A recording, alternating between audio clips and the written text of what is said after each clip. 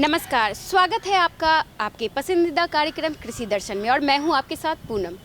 किसान भाइयों, कृषि में हो रहे नित्य नए बदलावों की जानकारी हम कृषि दर्शन कार्यक्रम के माध्यम से देते हैं और इसी कड़ी में हम सबसे पहले एक नज़र डालेंगे कि क्या है खास आज कृषि समाचार। नमस्कार, खबरी खेती में आपका स्वागत है। मैं हूं रूपम। आइए एक नजर डालते हैं कृषि समाचार में आज क्या है खास। शुष्क बागवानी योजना के तहत बागवानी फसलों पर मिलेगा 50% तक का अनुदान। मछली के साथ बत्तख पालन एक लाभकारी व्यवसाय। G9 टिश्यू कल्चर से करे केले की खेती। किसानों की आय बढ़ाने के उद्देश्य से बिहार सरकार किसानों के लिए ड्राई हॉर्टिकल्चर योजना लेकर आई है। राज्य के किसानों को आंवला, बेर, जामुन, कटहल, बेल, अनार, नींबू जैसे बागवानी फसलों पर सब्सिडी का भी लाभ प्रदान किया जाएगा। इसके तहत किसानों को 50% तक सब्सिडी दी जा रही है। किसान अपने खेत की मेड़ पर सब्जियों और फलदार पेड़ों को उगाकर इस योजना का लाभ ले सकते हैं। लेकिन इस योजना का लाभ उन किसानों को मिलेगा जिन्होंने अपने खेत में अनिवार्य रूप से ड्रिप इरिगेशन अथवा ड्रिप सिंचाई संयंत्र स्थापित किया है। इसके तहत किसानों को जो परंपरागत फल की जो हम लोग देते हैं, आम, लीची, अमरूद, इसके अलावे भी जो है उसमें नींबू है, कटहल है, जामुन है, ये इनकी खेती को बढ़ावा देने के लिए ये ड्राईलैंड हॉर्टिकल्चर के रूप में शुष्क बागवानी जिसको बोलते हैं, इसके तहत किसानों को हम लोग ये पौधा मुहैया करा रहे हैं। बरसात का मौसम अपने साथ हरियाली लेकर आता है।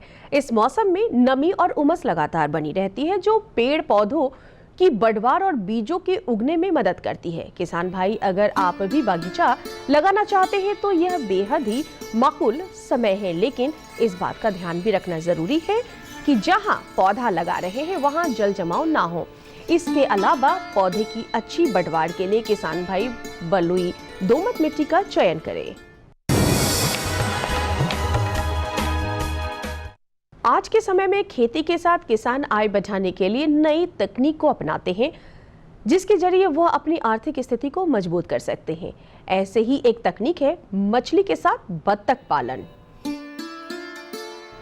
खेती और इससे जुड़े व्यवसायों में हर वक्त कुछ ना कुछ अपडेट होता रहता है। बहुत सारी नई चीजें सामने आती हैं, लेकिन कुछ पद्धतियां ऐसी हैं जो पुराने जमाने से चली आ रही है और मॉडर्न रिसर्च में भी उन्हें सही पाया गया है। इनमें से एक है मछली के साथ बत्तख पालन। इसे तकनीक को अपनाकर मछली पालक दोहरा लाभ ले सकते हैं। अगर मछली पालन के साथ बत्तख पालन किया जाए तो दोनों ही व्यवसाय को एक दूसरे की से सहयोग मिलता है और उत्पादन लागत में काफी कमी आती है।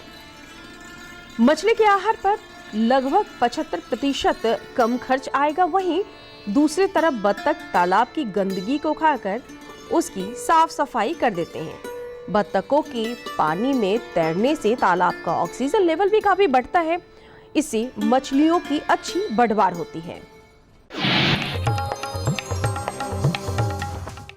किसान भाइयों, उन्नत प्रभेद में आज हम बात करेंगे G9 केले की।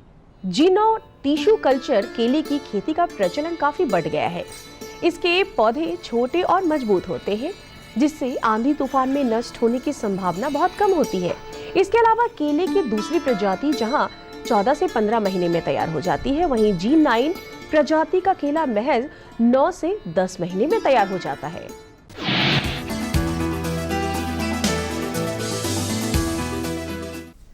तकनीक ने आज पूरा परिदृश्य बदल दिया है। समय की बचत और उत्पादन लागत में कमी लाकर इन कृषि यंत्रों ने खेती के समस्त व्यवहारों को आधुनिक बना दिया है। ऐसा ही एक कृषि यंत्र है पावर वीडर। खरपतवार को नष्ट करना कृषि में एक मुख्य कार्य माना जाता है। इसे हटाने के लिए आमतौर पर खरपतवार नाशकों का इस्तेमाल किया जाता है जो खेती और जमीन दोनों के लिए काफी घातक साबित होता है। इसे देखते हुए पावर वीडर जैसे कृषि यंत्र आज काफी कारगर साबित हो रहे हैं।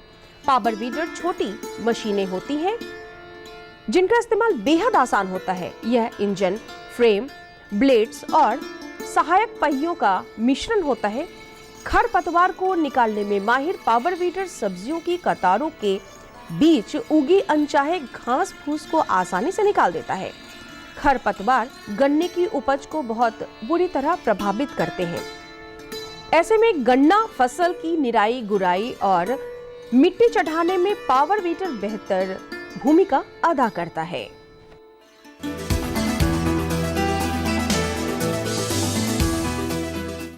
मॉनसून की शुरुआत से ही देश में खरीफ सीजन की मुख्य फसल धान की खेती शुरू हो जाती है। हमारे यहाँ किसान हर साल धान की खेती बड़े पैमाने पर करते हैं। खेती के खबरों में आज आपकी मुलाकात एक ऐसे प्रगतिशील किसान राजेंद्र राय से जो अपनी पुश्तैनी जमीन पर धान की खेती करते हैं। किसान भाइयों, आइए अब एक नजर डालते हैं मंडी के ताजा भाव पर। आइए अब एक नजर डालते हैं राजधानी पटना के अंटाघाट सब्जी मंडी में और जानते हैं आलू और प्याज के ताजा भाव। लाल आलू गोलक 1600 रुपए प्रति क्विंटल, सफेद आलू 1550 रुपए प्रति क्विंटल और प्याज 1650 रुपए प्रति क्विंटल। कृषक बंधुओं, कैसा रहेगा अगले 24 घंटे में राजधानी का तापमान? एक नजर मौसम की खास मिजाज पर। मौसम विभाग के मुताबिक अगले 24 घंटे में राज्य के विभिन्न हिस्सों में गरज के साथ आंधी पानी की संभावना बनी हुई है। इस दौरान 10 से 15 किलोमीटर प्रति घंटे की रफ्तार से हवा भी चलेगी, जिससे तापमान में गिरावट दर्ज की जा सकती है। राजधानी पटना का अधिकतम तापमान 33 डिग्री सेल्सियस और न्यूनतम तापमान 26 डिग्री सेल्सियस बने रहने की संभावना है। किसान भाइयों, अभी आपने जाना मंडी भाव, सफलता की नई कहानी, उपकरण और साथ ही साथ मौसम संबंधी समाचार। किसान भाइयों, मौसम में हो रहे बदलाव के कारण कई समस्याओं का सामना करना पड़ता है। ऐसे में हम किसान भाई, पशुपालन हो या खेती किसानी की बातें हों, इससे संबंधित जानकारी आप हमारे कृषि विशेषज्ञों से सीधे फ़ोन इन लाइव के माध्यम से जान सकते हैं।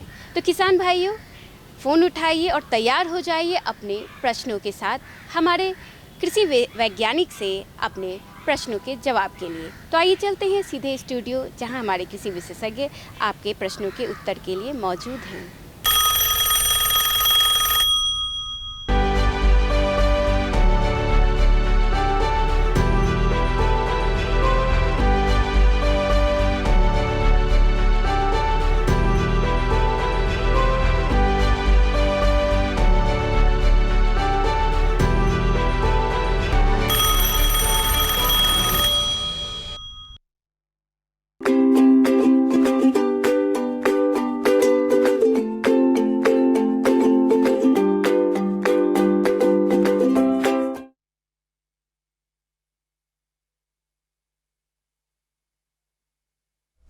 किसान भाइयों, बरसात के इस मौसम में हालांकि बारिश वर्षा की कमी की वजह से कई तरह की समस्याएं हैं, लेकिन ऐसे कुछ क्षेत्र जहां थोड़ी बारिश अधिक हुई या बरसात के इस मौसम में बहुत सारे कारक होते हैं जो मछलियों में कई तरह की बीमारी पैदा करते हैं। तो आज हम लोग इस पे चर्चा करेंगे कि वर्तमान समय में मछलियों में होने वाली बीमारी एवं उसके रोकथाम के लिए।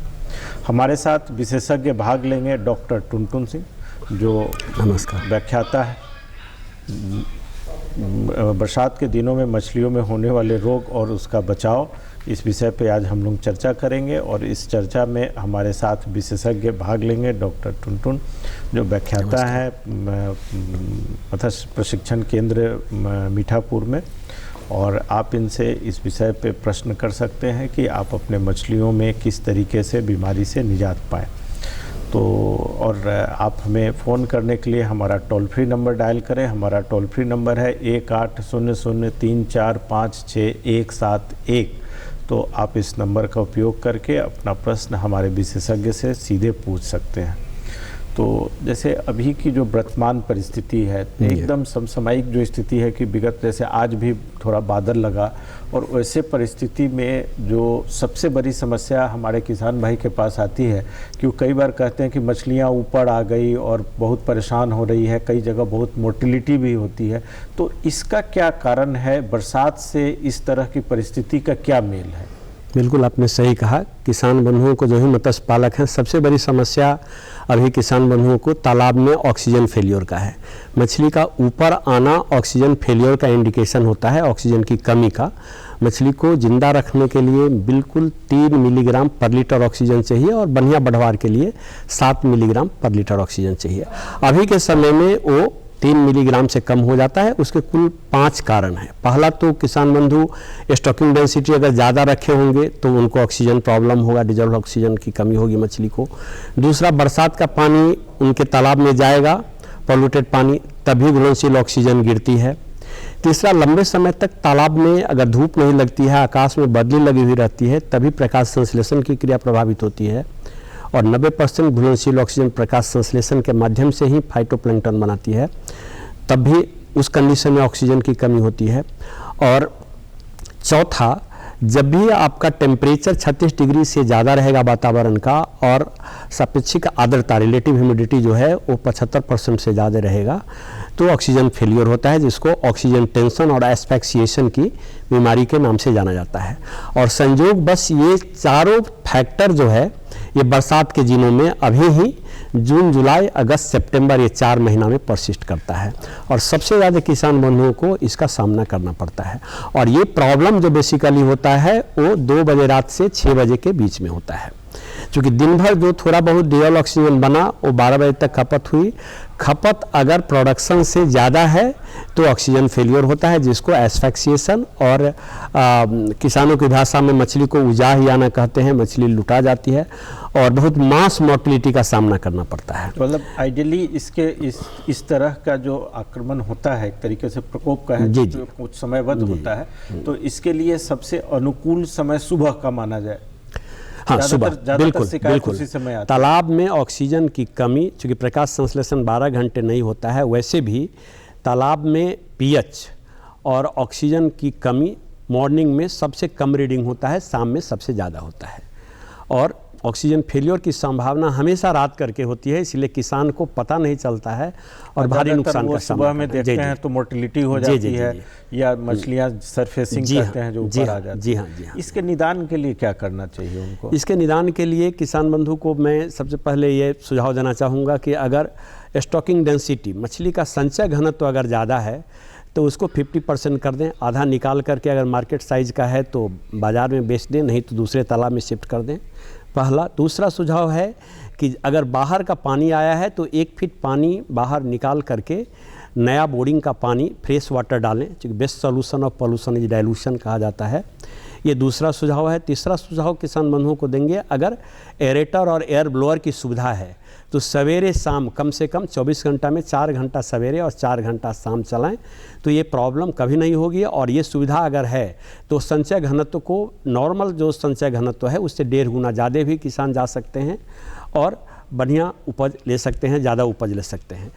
चौथा जो इसका सुझाव है, अगर इसमें से कुछ भी नहीं कर पाए किसान बंधु, तो मार्केट में ऐसी कोई भी दवा जिसमें कैल्शियम पेरोक्साइड और कैल्शियम हाइड्रोक्साइड होता है, वो बॉन्डेड ऑक्सीजन को रिलीज़ करती है। बाज़ार में अलग अलग ट्रेड नेम से आ रहा है, जैसे O2 मैक्स हुआ, एडॉक्सी हुआ, ऑक्सीग्रो हुआ, ऑक्सीफ्लो हुआ, ऑक्सीजेन हुआ।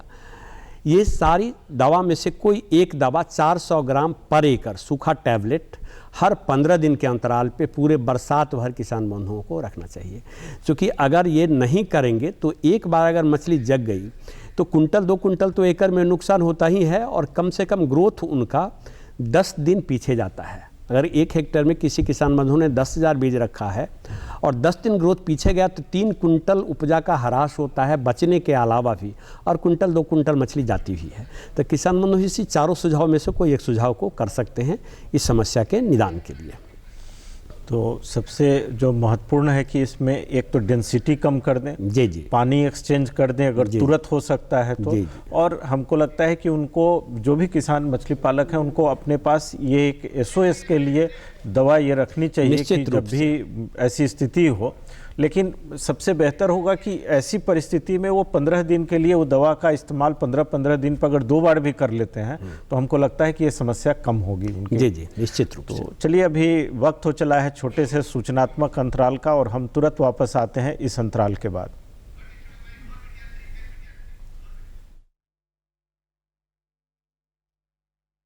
परेशान दिख रहे हो? सोच रहा था कि अभी तो हाथ पांव चल रहे हैं तो खेती कर पा रहा, कल को जब इनमें ताकत नहीं रहेगी गुजारा कैसे होगा? पेंशन से। पेंशन? हाँ, और वो भी हम जैसे किसानों के लिए। अब हम जैसे छोटे किसान भी 60 साल के होने पर 3,000 रुपए मासिक पेंशन पा सकते हैं। सच में? हाँ, चलो मैं तुम्हें दिखाता हूँ। 18 से 40 वर्ष की आयु के लघु और सीमांत किसान इस स्वैच्छिक और अंशदायी पेंशन योजना में 55 रुपए से 200 रुपए की मासिक किस्त देकर प्रवेश कर सकते हैं। भारत सरकार भी हर महीने किसान के बराबर किस्त का योगदान करेगी। कभी नहीं सोचा था कि हम जैसे किसानों की भी पेंशन का सपना कभी सच होगा। प्रधानमंत्री किसान मान धन योजना, अन्नदाता के परिश्रम को संबल, पेंशन से सुरक्षित उनका कर। नजदीकी जन सेवा केंद्र जाकर इस योजना से जुड़ें। वाह मेरे स्मार्ट किसान, स्मार्टफोन है, डाटा भी है और कृषि नेटवर्क ऐप खेती की हर समस्या का समाधान। बीज का चयन, फसल बीमारी के उपचार, आसपास के मंडियों के भाव, अब हमारे हाथ में हर समाधान। कृषि नेटवर्क, किसान का स्वाभिमान। डाउनलोड करें अभी के अभी। किसान भाइयों, हम लोग चर्चा कर रहे हैं बरसात के इस मौसम में मछलियों में होने वाले प्रमुख बीमारी एवं उसके क्या प्रबंधन करें। हालांकि आज फ़ोन इन लाइव था, आपके प्रश्न आते हैं, लेकिन फ़ोन में खराबी होने की वजह से आपका संपर्क शायद हमसे नहीं हो पा रहा होगा। लेकिन पूर्व में जो प्रश्न आपके आते रहे उसके आधार पे ही हम लोग आज की वार्ता आपके तरफ से कर रहे हैं। तो टुनटुन जी, पहला तो हो गया अभी जो हम लोगों ने कहा सरफेसी या जो भी ऑक्सीजन की कमी के कारण जो महत्वपूर्ण।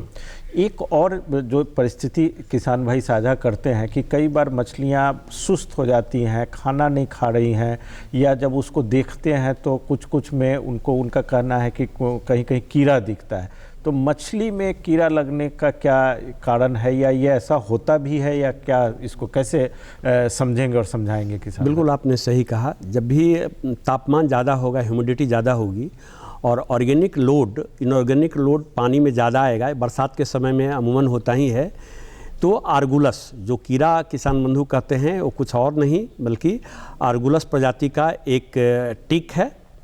मछली का चिमोकन जिसको कहते हैं, जैसे मवेशी में होता है वैसे ही है, और इस बीमारी को आर्गुलोसिस कहते हैं।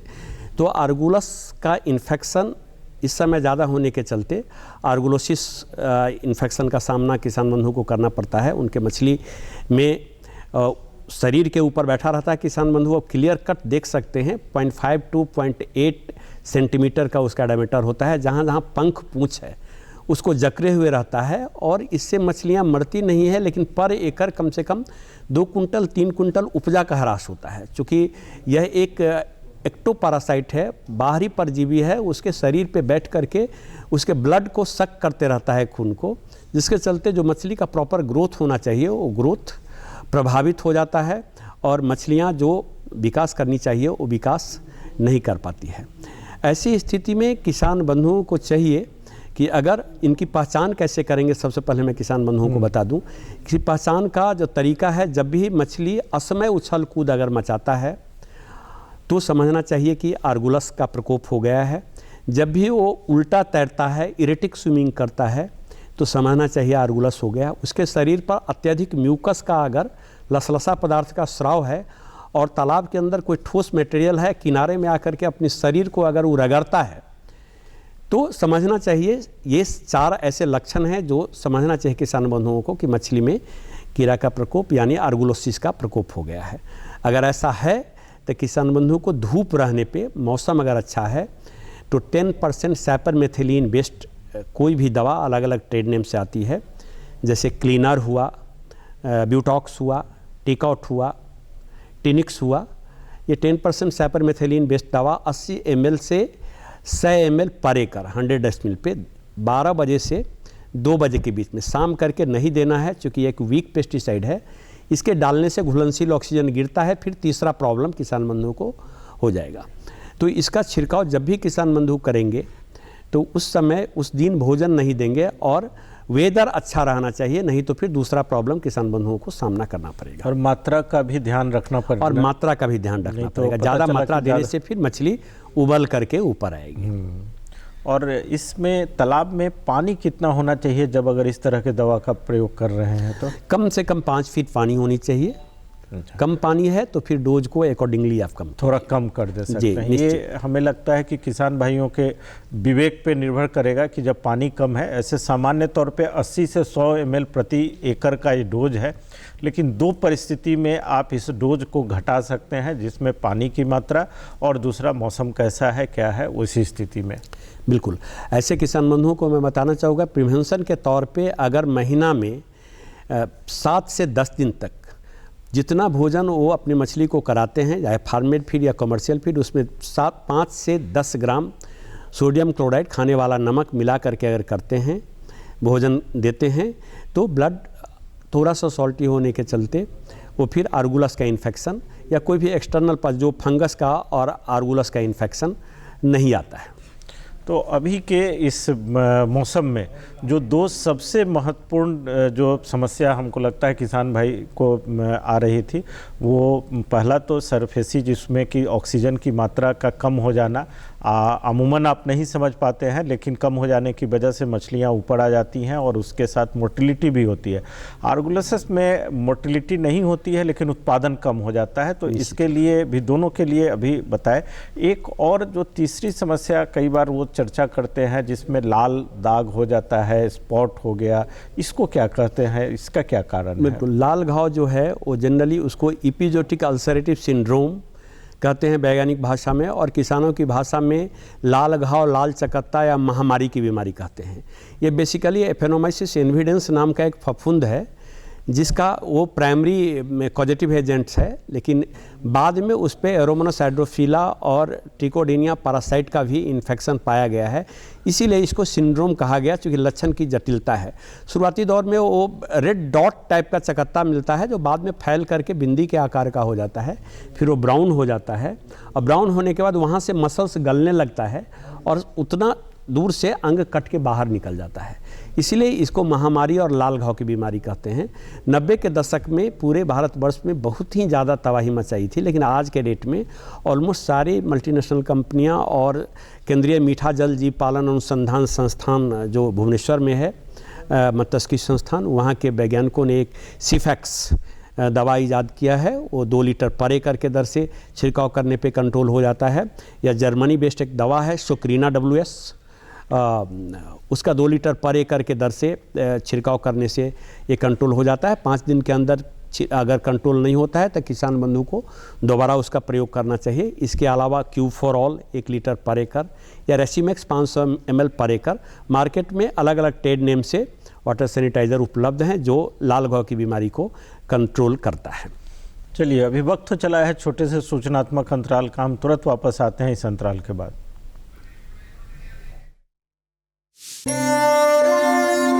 प्रधानमंत्री किसान सम्मान निधि, उसका लाभ उन किसानों को मिलेगा जिनके पास 5 एकड़ से कम भूमि है। आजादी के बाद देश के इतिहास में किसानों के लिए बनी ये सबसे बड़ी योजना है। प्रधानमंत्री किसान सम्मान निधि, इस योजना के तहत 2 हेक्टेयर तक की जोत वाले किसान परिवार को 6,000 रुपए का सालाना भुगतान होगा, जो पात्र किसानों को 2-2 हजार की 3 किश्तों में सीधा उनके खातों में जमा होगा। इन पात्र परिवारों का चयन राज्य सरकार कर रही है। इस योजना का पूरा खर्च भारत सरकार वहन कर रही है। सम्मान, जिस पर हमेशा अन्नदाता का हक था, उसे अब वो सीने पर लगाकर घूम भी सकेगा। प्रधानमंत्री किसान सम्मान निधि, किसान की किसानी का नया अभिमान। वाह मेरे स्मार्ट किसान, स्मार्टफोन है, डाटा भी है और कृषि नेटवर्क ऐप खेती की हर समस्या का समाधान। बीज का चयन, फसल बीमारी के उपचार, आसपास के मंडियों के भाव, अब हमारे हाथ में हर समाधान। कृषि नेटवर्क, किसान का स्वाभिमान। डाउनलोड करें अभी के अभी।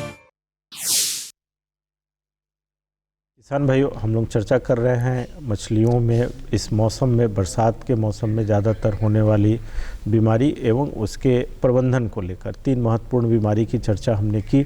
लेकिन टुनटुन जी, एक प्रश्न जो चूँकि आज प्रश्न नहीं आ पाया फ़ोन ठीक नहीं होने से, फिर भी जो किसान भाई हमसे पूछते रहते हैं उसमें से है कि ये जो मत्स्य संपदा योजना, प्रधानमंत्री मत्स्य संपदा योजना है, इसमें कौन कौन सी योजनाओं को शामिल किया गया है? बिल्कुल आपने सही कहा। ये प्रधानमंत्री मत्स्य संपदा योजना के तहत बिहार राज्य में कुल 29 योजनाओं को, 29 घटकों को शामिल किया गया है।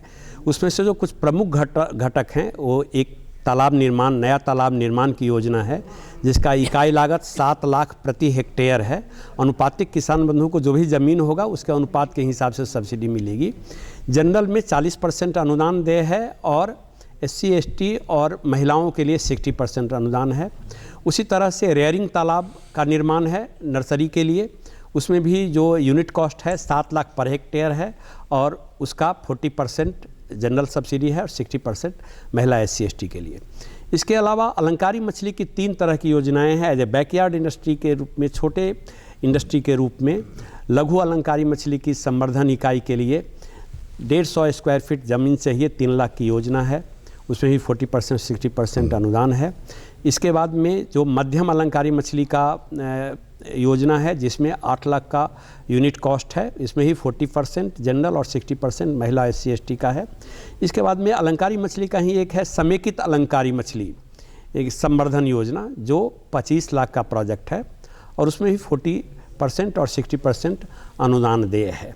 इसके बाद में जो प्रधानमंत्री मत्स्य संपदा योजना के तहत जो है वो केज कल्चर का निर्माण है। एक यूनिट के लिए 3 लाख यूनिट कॉस्ट रखा गया है, उसका ही 40% और 60% अनुदान देय है, अलग अलग इसमें महिलाओं और SC ST और जनरल के लिए।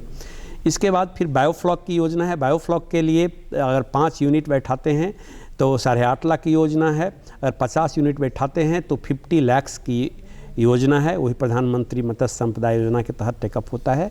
इसके अलावा जो एंसिलरी एक्टिविटीज़ में है वो मत्स्य फीड बनाने की योजना है, जो एक छोटा 20 लाख का प्रोजेक्ट है, जिसमें 10 टन है, 20 टन है, 50 लाख का यूनिट कॉस्ट है और 100 टन पर डे उत्पादन के लिए 6.5 करोड़ का प्रोजेक्ट है। उसका 40% जनरल और 60% महिला और SC ST के लिए अनुदान देय होता है। उसी तरह से लाइव फिश काउंटर है, फिश कियोस्क है, विपणन के लिए आपको 2 व्हीलर है, 3 व्हीलर है, 4 व्हीलर है, रेफ्रिजरेटेड वैन है, इंसुलेटेड वैन है, ये सारी योजनाएं टेकअप हैं। इसके बाद में इंश्योरेंस कवर है, सामूहिक दुर्घटना बीमा योजना, जिसके तहत अगर कोई मृत्यु हो गई और वो कवर्ड हैं तो 5 लाख उनको मिलता है और अस्थायी अपंगता होने पे 2.5 लाख मिलता है। इसके बाद में क्रॉप इंश्योरेंस कवरेज है।